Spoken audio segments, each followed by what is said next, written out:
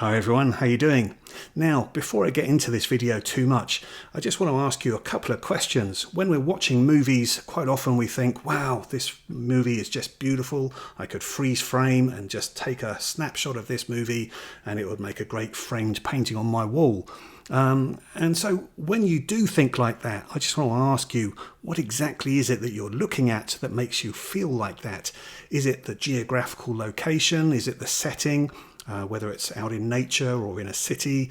Is it the actors themselves and how they're positioned in the scene? Is it a use of colour, or is it a use of light and dark? What kind of thing is it that makes you think, wow, that is what I want to just freeze frame? And then the other question is, when it comes to movie biographies and films which are based on a true story, how trusting are you in terms of the information that you're getting from that movie?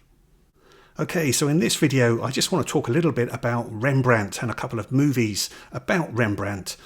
First of all, I just want to reference this particular photo, which is of Rembrandt's famous painting of 1642, which is The Night Watch. And I'm just going to show you something quite special now.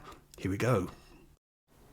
So what you're looking at here is a photo that's on the Rijksmuseum website. This is the most detailed photo ever in existence of an art exhibit. It comprises of 8,439 individual photos of the 12 by 14 canvas that have been stitched together by AI so that you can get this incredible level of detail. 717 gigapixels. Just one individual pixel is smaller than a human blood cell. So yeah, you can really zoom in here and just get astonishing levels of detail. You wouldn't be able to see it this close even if you're actually at the Rijksmuseum.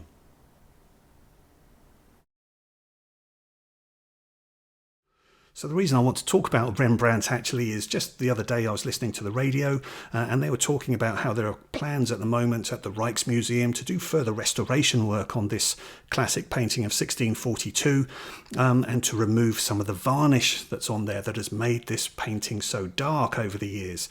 So ironically, it's known as the Night Watch, but its original title is the Militia Company of District 2 under the command of Captain Franz Banning Koch. A long name. So yeah, the reason it's been later known as the Night Watch is because it looks quite a dark setting, but actually that is just dirt and grime that's happened over time. So yeah, this restoration work that's going to be going on now is really going to be quite revelatory.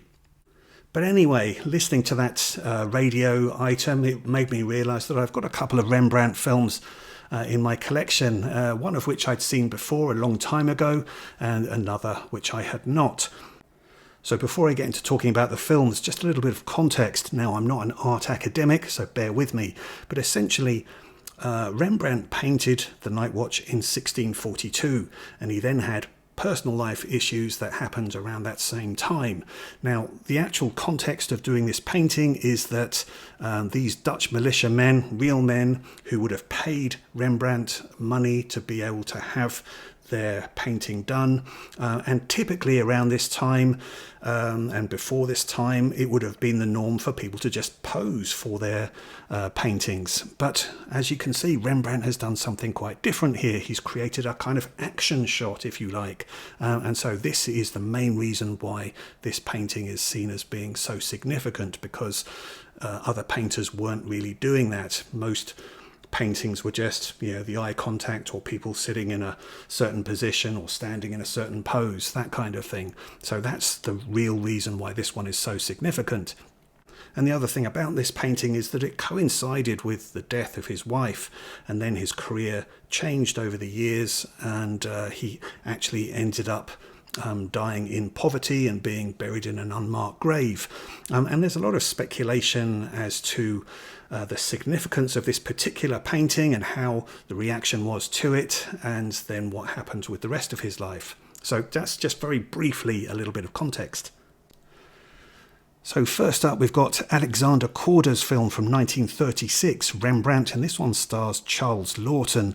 A really, really good performance from him, and he had previously starred in an Oscar-winning role as King Henry VIII in The Private Life of King Henry VIII, which was also directed by Alexander Korda. So this was the two of them reuniting for this great project. And this one also stars Elsa Lanchester, a really nice role from her. And for many people, Elsa Lanchester will be best known as being the Bride of Frankenstein. So the interesting thing about Korda's film is that he does feature Rembrandt painting the Night Watch, but he takes the perspective that when the painting was actually shown to the public and shown to the militia, it was greeted with disdain and laughter and incredulity, and it was thought to be too dark and not showing some of the company men in the best light, if you like, and that really as a consequence of that was what led to his downfall and spiraling into poverty and ill health and death. So it's an interesting stance to suggest that the painting was greeted with disdain for being too dark, because, like I say, that theory has actually been debunked over time, and actually this restoration work that's going on now should really demonstrate that the painting was in fact quite light at the time, and really it's just darkened over centuries because of grime and dirt and things of that nature. And then the other film I have is this one, Night Watching, which is from 2007 and directed by Peter Greenaway. And this has Martin Freeman starring as Rembrandt, and a great cast as well that includes Eva Berthistle. Been watching her in a couple of films lately, including the Hammer film Wakewood and the Ken Loach film A Fond Kiss. But yeah, this is an absolutely fascinating film from Peter Greenaway, but he takes a completely different approach on this, and he actually suggests that there's a murder conspiracy which Rembrandt has kind of left clues about in the painting itself. So Greenaway's film takes the position that actually one of the militiamen was accidentally shot before this painting was commissioned. Rembrandt knew about it, and he actually painted clues into the painting.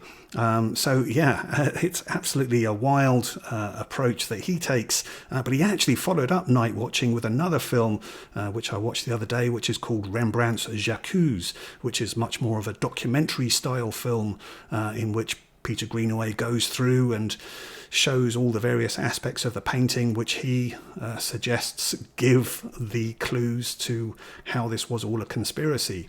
So really fascinating stuff that you've got these two completely different approaches to Rembrandt and how this particular painting affected his career.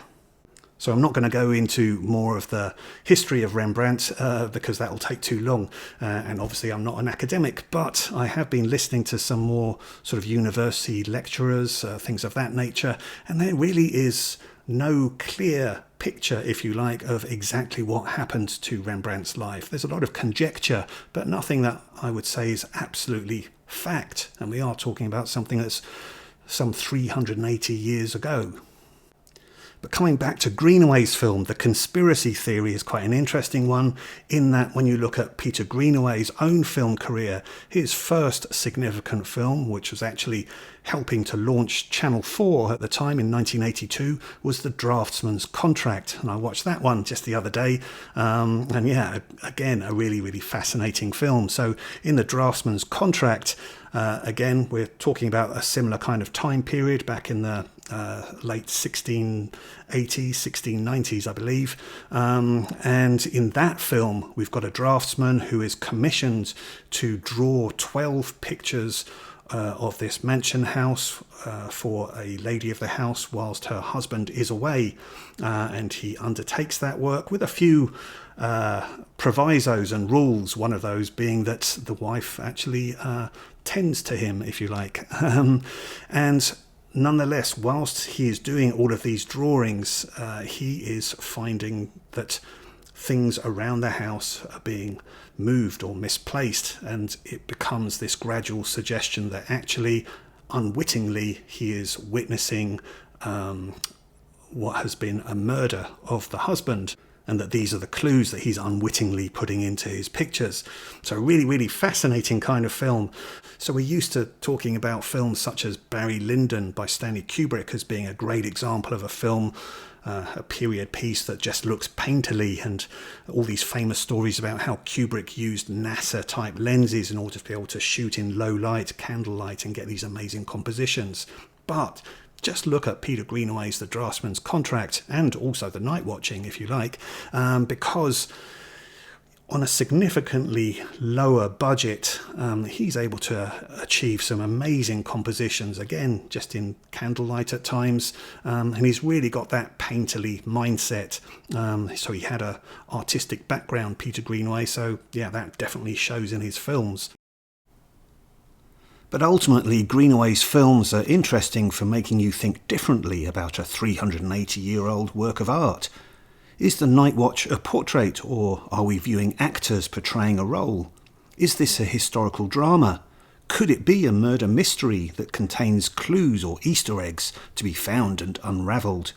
Has Greenaway effectively imagined a 380-year-old film and remade it? Anyway, that's about all I have to say for the moment, so thanks very much for bearing with me. But yeah, if you're interested in this painting at all, then yeah, go to the Rijksmuseum website, and like I say, you can really play around with this photo, and especially if you do it on your phone, you can really pinch in and just really explore this photo in magnificent detail. Alrighty, thanks very much for your patience. Hopefully I'll see you again for some more videos. All the best to you. Bye-bye.